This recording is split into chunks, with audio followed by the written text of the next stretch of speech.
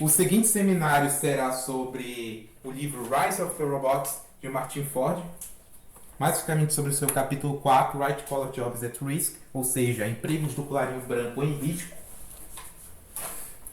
que é dividido em 6 partes. Mas, primeiramente, o que são White Collar Jobs, ou em português, empregos do colarinho branco? Isso é uma denominação que é dada para empregos de escritório. Mas por que esses empregos de escritório estariam em perigo? Primeiramente, vamos ver a seguinte notícia, que além de estar escrita gramaticalmente correta, ela foi escrita por um algoritmo chamado StatsMonkey, que pega fatos objetivos de um jogo particular e converte para uma narrativa atraente, incluindo o que um jornalista gostaria de incluir. Mas StatsMonkey trabalha apenas com notícias esportivas. Em 2010, a Narrative Science criou o Quill, que é mais geral que StatsMonkey. Ela trabalha além de esporte com negócios e política, por exemplo, e consegue escrever um artigo em 30 segundos, coletando informações de bases de dados de transação, relatórios de finança e venda, websites, redes sociais e transformando estes dados em uma narrativa bem escrita, sem interferência nenhuma do ser humano. Só que o Quill não pode ser usado somente para escrever artigos. Outro uso possivelmente seria pegar, por exemplo, dados não tratados da inteligência americana e converter esses dados para uma narrativa entendível e compreensível ao ser humano. Então, vários empregos que dependem de pegar uma sequência de dados, analisá-los, converter para um modo que outras pessoas iriam entender, estão em perigo. Porque a gente tem um algoritmo que consegue fazer isso em menos tempo e gastando menos dinheiro. Outra notícia mais alarmante é que 1/4 dos estudantes de faculdade contratados, eles têm uma proficiência pobre em escrita. E alguns deles têm proficiência pobre até mesmo em leitura. E se, como a Narrative Science afirma que software inteligente pode rivalizar os analistas mais capazes, o crescimento de emprego de profissões que requerem conhecimento está posto em dúvida. Pelo menos para os menos preparados. Mas o escritor de narrativas Quill não é a única aplicação sendo desenvolvida para aproveitar quantidades enormes de dados que estão sendo coletadas e armazenados no mundo. Em empresas, organizações, governos, na economia global. A quantidade de dados armazenados no mundo está em torno de milhares de exabytes, sendo que 1 exabyte é igual a 1 bilhão de gigabytes. Esses dados têm a sua lei de Moore própria, que significa que eles dobram a cada 3 anos. Quase todos esses dados estão armazenados no formato digital. O Google armazena 24 petabytes de dados nos seus servidores, ou seja, 1 milhão de gigabytes, sendo que boa parte desses dados são informações de pesquisas de milhões de usuários que visitam este site. Na internet, nós temos informações de websites, de pesquisas, de e-mails, de redes sociais e de cliques em anúncios. Em empresas, nós temos informações de transações de clientes, de marketing, de comunicação interna. No mundo real, nós podemos obter informações através de sensores, em fábricas, em hospitais, em automóveis, em aviões, em dispositivos de consumidores e máquinas industriais. A maior parte destes dados estão em formato considerado não estruturado, que são difíceis de serem analisados. E estão em uma quantidade enorme, tornando impossível para um ser humano analisá-lo. A habilidade de processar informações não estruturadas, que já foi considerada exclusiva humana, agora está sendo realizada por computadores, em escalas bem maiores que seria impossível para o ser humano fazer. O Big Data é uma área revolucionária em diversas áreas. Negócio, política, medicina e quase todos os campos da ciência natural e social. Revendedores, por exemplo, podem usar Big Data para encontrar o seu público-alvo de anúncios. O departamento de polícia, como o da cidade de Chicago, obtém dados em tempo real e usa eles para prever locais e períodos que os crimes têm mais probabilidade de acontecer. Porém, nem tudo são flores. Big Data também tem seu lado negro, ou no mínimo estranho. Por exemplo, a empresa Target Inc. ela usou 25 produtos de saúde médicos como base para identificar se uma mulher estava grávida. E baseado nisso, foi enviando anúncios para estas pessoas. Uma notícia no New York Times de 2012 mostra que um pai de uma das pessoas que receberam esse anúncio foi reclamar. Só que depois descobriram que a mulher estava realmente grávida. E o algoritmo descobriu antes mesmo do pai dela. Um grande perigo do Big Data é a gente tomar que as intuições que nós obtemos desses dados são sempre de causa e efeito. Não necessariamente isso. Isso não significa, por exemplo, a partir de um dado A, se a gente obtém B, não significa que A causa B ou que B causa A. Pode ser que algo externo está causando A e B. Essas intuições são importantes, mas sempre devemos lembrar, porque é muito perigoso associar que essas informações são de causa e efeito.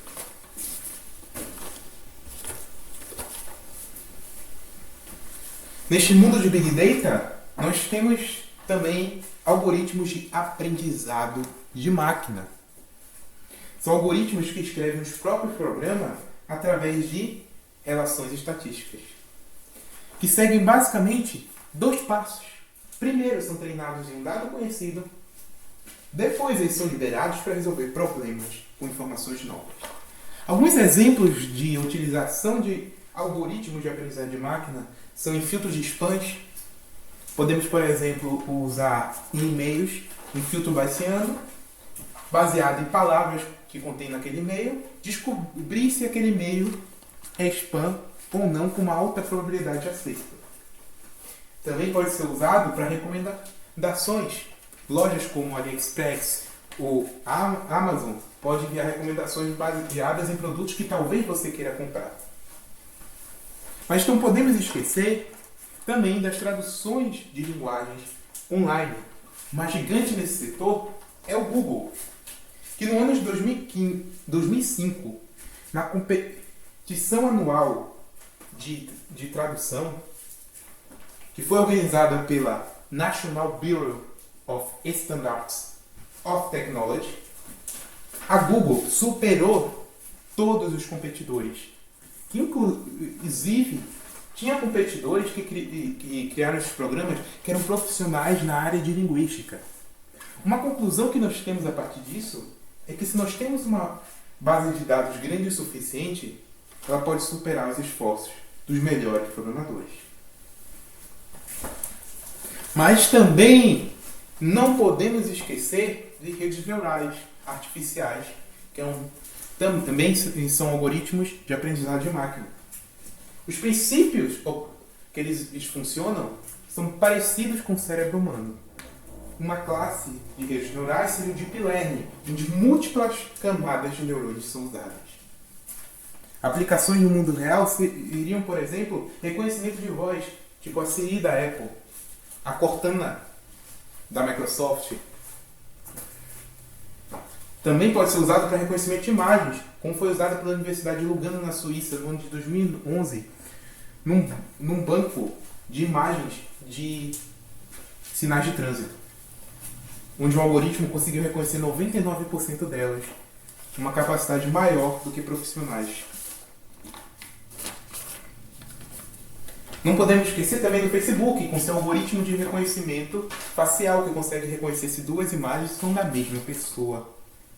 Esse algoritmo usa 9 camadas de neurônio e consegue reconhecer com 97,25% de precisão, sendo que o ser humano consegue reconhecer com 97,53%. São números muito parecidos. Parafraseando Geoffrey Hinton, da Universidade de Toronto, que foi um dos pioneiros nessa área, ele fala sobre Deep Learning do seguinte modo: que este algoritmo escala lindamente, tem uma escalabilidade linda. Pois basicamente, se nós criarmos algo maior e mais rápido, ele se torna melhor. Ou seja, quanto mais dados nós fornecemos, quanto mais rápidos e eficientes nós tornamos o algoritmo, melhor o algoritmo é. Algo conceitualmente simples. Mas voltando ao assunto principal, o impacto nos empregos de escritório, ou como diz o autor, empregos de colarinho branco, nós temos a Work Fusion, uma startup de Nova York. Ela basicamente analisa projetos. Ela identifica quais tarefas desses projetos podem ser automatizadas. Ela pega essas tarefas que podem ser realizadas em casa, contrata freelancers em sites na internet, analisa a performance dessas pessoas, analisa a produtividade dessas pessoas usando coisas como velocidade de digitação, faz perguntas para essas pessoas que o algoritmo já sabe para testar a sua capacidade. E se uma pessoa não termina uma tarefa, um sistema entrega ela para outra pessoa. Qual o objetivo deste algoritmo? Ele contrata essas pessoas para conseguir algum dia substituir o emprego delas. O objetivo principal desse algoritmo é algum dia pegar essas tarefas e conseguir automatizá-las completamente, sem necessidade de interferência humana. Como foi visto pela empresa, quando se obtém a automatização total destas tarefas, o custo diminui em 50% depois de um ano. E depois diminui por mais de 25% no segundo ano. Falando sobre aprendizagem de máquina, nós não podemos esquecer da IBM, que participou de pelo menos 2 momentos históricos envolvendo algoritmos de aprendizado de máquina. Um dos mais recentes foi a criação do computador Watson. Mas o que é o Watson? A IBM ela teve a ideia de criar um computador capaz de jogar e derrotar os melhores campeões em Jeopardy.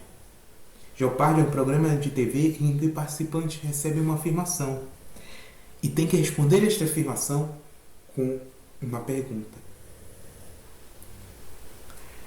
Isto não era uma nova jornada para a IBM. A IBM já tinha criado anteriormente o Deep Blue, que conseguiu derrotar o campeão mundial de xadrez Kasparov em 6 partidas. Este foi um momento histórico, pois foi a primeira vez que uma máquina conseguiu dominar o jogo de xadrez. Porém, para um computador jogar Jeopardy, requeriria-se capacidades que iriam muito além do Deep Blue. Pois xadrez é um jogo com regras precisas e um domínio extremamente limitado.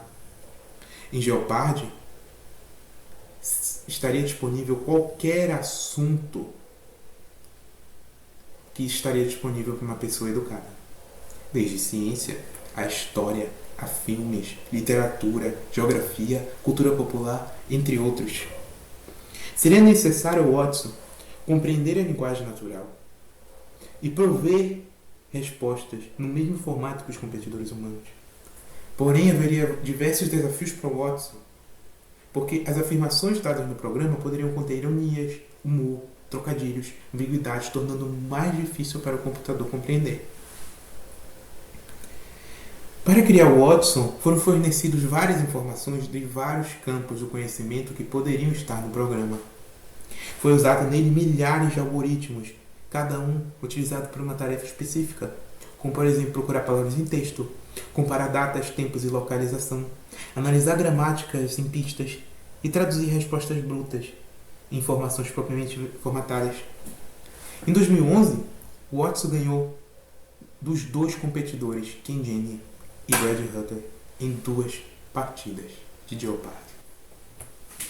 Em 2013, a IBM anunciou que o Watson seria movido para um servidor na nuvem. Ele residiria em massivas coleções de servidores na internet. Desenvolvedores poderiam linkar diretamente ao sistema e incorporar tecnologia computacional em seus aplicativos de software. Isso foi um marco enorme na automatização de empregos do colarinho branco. Porque a partir de agora, a empresa não precisaria mais criar os seus próprios algoritmos. seria necessário apenas alugar o poder computacional de empresas como a IBM, que já estaria criando os seus algoritmos de automatização. Continuando a falar sobre aprendizado de máquina, nós vemos dois algoritmos que ultrapassam os limites anteriormente pensados do que um computador conseguiria fazer. Primeiramente, nós temos o algoritmo Eureka, que é um algoritmo que não foi formado nenhuma informação sobre equações ou leis da física, foi fornecido apenas um pêndulo duplo, e sozinho ele conseguiu descobrir a segunda lei de Newton. Este algoritmo Eureka basicamente usa um método de programação chamado programação genética, que ele combina vários blocos de equação e vão testando se essas equações encaixam os dados. Equações que não se encaixam bem, elas são descartadas. As que se encaixam bem são mantidas e recombinadas até que o sistema converte para um modelo matemático preciso. O próximo algoritmo é o YAMUS. A Orquestra Sinfônica de Londres, ela tocou uma vez uma música chamada Transits into Abyss. Uma orquestra tocando a música, não seria nada impressionante, a não ser que, neste caso, quem compôs a música foi um algoritmo. Foi completamente composta por um algoritmo chamado YAMUS. O campo da arte, que achávamos que era apenas humano e a máquina nunca iria conseguir colocar os pés nele, agora está começando a ser dominado pelas máquinas. O autor se refere a um dos sinais que um emprego de colarinho branco pode ser provavelmente automatizado é quando é possível fazer offshoring dele. Offshoring é quando se contrata pessoas de outros países, mas elas não precisam sair dele. Por exemplo, uma fábrica de celulares nos Estados Unidos pode mover a sua fabricação para países como a Índia ou a China, que tem salários mais baixos, assim gastando menos dinheiro na sua produção. Mas o que também pode acontecer é que empresas dos Estados Unidos, por exemplo, pode contratar analistas, economistas de países como a Índia e a China através de modo virtual, sem ninguém ter que sair do lugar dele. E isso pode se expandir para empregos que exigem alto nível de capacidade, alto nível de experiência. E, segundo o autor, o próximo passo, depois de offshoring, é a automatização. Muitas vezes a automatização total daquele emprego. Mas ainda existe uma possibilidade de colaboração de seres humanos com as máquinas. Por exemplo, existe uma modalidade de xadrez chamada xadrez cooperativo, onde máquinas cooperam com o ser humano para competirem com outros seres humanos com auxílio de máquina.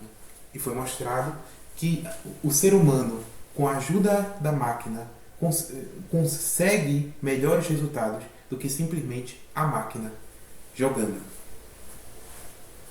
Então, isso significa que ainda há uma possibilidade. Não é possível que todos os empregos sejam substituídos pelas máquinas. Não. Segundo o autor, isto não prova isso. Porque, do mesmo jeito que podemos ter um ser humano cooperando com uma máquina, do seguinte modo, que o ser humano escolhe entre vários algoritmos possíveis para encontrar a melhor jogada, por que a gente não pode pegar um computador que faz a mesma tarefa e escolhe entre vários algoritmos possíveis? Segundo o autor, um dos poucos trabalhos que provavelmente não irão sofrer automatização completa no futuro será o trabalho da área de saúde. E que médicos sempre estarão crescendo em demanda. Porque, como visto anteriormente, temos que trabalhos de escritório, trabalhos que exigem análise de informação, trabalhos que exigem organização de informação, arte, música e até mesmo tarefas dos programadores que programam esses algoritmos podem ser substituídas pelos próprios algoritmos. Então, o futuro, aparentemente, muita gente estará desempregada.